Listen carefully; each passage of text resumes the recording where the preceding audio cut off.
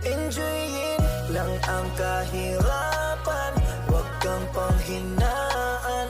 Darating at darating din tayo sa ating inaasam. Tuloy lang, Panginoon ay di tayo iiwanan.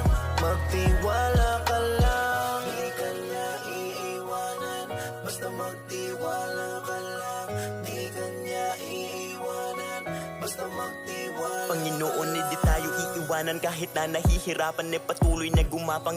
Ituloy mo lang kung anong nasimulan, huwag magkatubili o magalangan. Maniwala sa sarili, umabante at di baling dahan-dahan. Importante, umuusad lang nang walang inaabakan. Danas na ako sa lahat, paghihirap at bigat, makikita sa balat, sa kaliwat ugat, kung paano kataway pinaiyak. Sa bawat pagpataka merong aral at inspirasyon na tumatak, dahilan kung ba't patuloy akong